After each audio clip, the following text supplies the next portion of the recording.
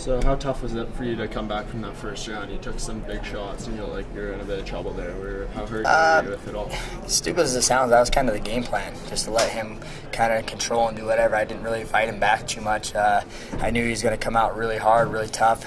I said in all my interviews he's very physical, and I was counting on him doing that. I was kind of just riding the time. I expected him to gas out a little bit sooner, get a little bit more fatigued. As you noticed at the end, the first round I mounted him and got a dominant position. Round 2 he was kind of hell on fire for a little bit, and then I got a better position a little bit sooner in that round. Kind of got stuck against the cage, couldn't finish it, and then round 3 I got him back, got his back pretty right away, and I knew that's how it was going to go. I just expected to get the finish in the middle of round 2, but he's a super tough guy. I was a little bit too lackadaisical out there. I wanted to let him kind of control and really feel like he's winning and blow all of his energy out, but that could be a double-edged sword sometimes, and I got punched around pretty good for it. But I'm happy I got the win. It wasn't my best performance, but I won, so what more can I ask for? Well, that's what I was going to say. It's a little bit dangerous if you never know how hard somebody punches and how dangerous it can be to absorb all that before you turn it on yourself. Absolutely. And that's kind of why I was a little upset. I mean, I could have let him kind of play the cat and mouse thing, but I could have been a little bit more protecting myself a little bit more. I kind of rely on my chin sometimes too much. I don't care if I get hit. I'm not afraid of whatever. So I was just using my head to wear him down a little bit, and that's not the smartest idea. But I got the W, and he did slowly get tired, and I got dominant position. Was able to use some old trickery and catch him in a choke.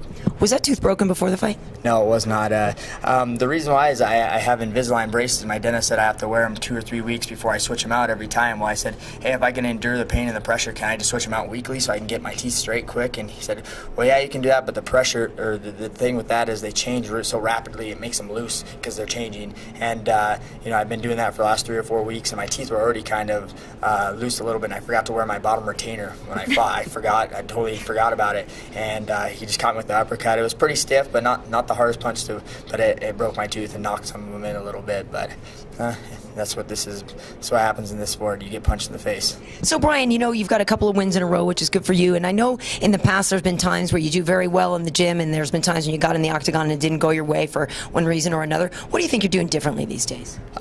Just really a lot of mental focus. Like I said from the show, I get performance anxiety. I get really nervous, and it's not because I'm scared of anything. Obviously, I'm not afraid to get punched. I'm scared of losing because I put a lot of pressure on myself. And really, I'm fighting at the highest level, and I'm fighting the best guys in the world, so there's not as much pressure on myself. I'm just like, I'm here to have a good time, I'm here to win, just have fun and live the dream, and a lot of mental focus and training, and it's really been paying off. I felt phenomenal this fight, mentally, physically. Dropping the new weight class forced me to eat perfectly healthy and actually act like I'm a professional athlete, and I just felt really great, maybe a little too great. I think I'm so used to being nervous, kind of high-strung a little bit. I was so relaxed this fight. I think that kind of played into me being a little too lackadaisical in the fight.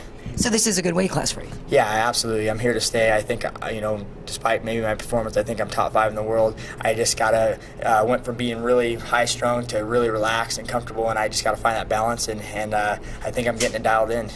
How tough was it for you to make the cut down to bantamweight? Honestly, it was...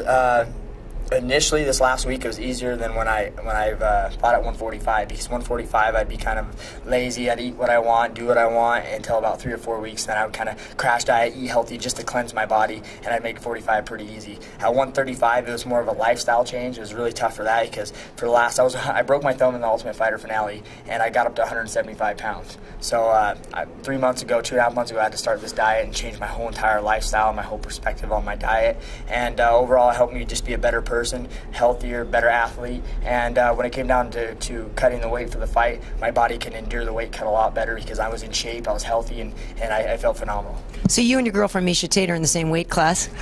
Who's tougher? I was waiting for that. Watching her last fight, let her arm break, I definitely say she's tougher. Maybe skill level, not to say, but tougher, definitely her. She's a psychopath. I don't know any guys that let their arm just break in half like that, or women, or anybody. She's a psycho. So she's awesome, and she really helped me out with this camp and everything with my mental training and my diet for sure. Yeah, I was going to ask what in the locker room. Obviously, there's a good camaraderie between you, and she knows what you're going through. So, is there any certain words that she gives you, or any kind of ritual you guys have before a fight?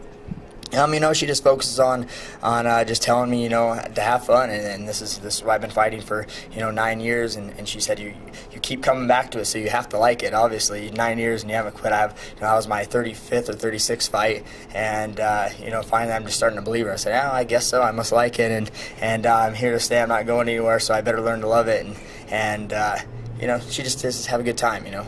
Talked about this being something like your 16th rear naked choke win or something. Yeah. I think professionally I have 11 RNCs. I might be off by 1 or 2. And then overall I have, this would be my 29th win overall, counting my amateur MMA career and my professional. And I believe this was my 16th or 17th RNC win. So what is it about that submission that worked so well for you? You know, I'm just really good at creating really good top pressure and getting people's back. And you know, I was coached by Dennis Hallman, who's you know, he's a rear naked choke master for a long time. I kind of stole some of his old school tricks, kind of put a little of my own flavor on it, and you know, I just have really good back control. I feel comfortable there, and I feel like if I can get someone's back, I'm going to choke them. Can you say who you'd like to see next in the octagon? You know, it's up to the UFC. Obviously, I want to fight somebody that's gonna step me up. I don't want somebody that I'm gonna fight and it's gonna just do nothing for my career. It's gonna be another UFC guy. I want to fight somebody that has a little flair to him, something that people are looking at.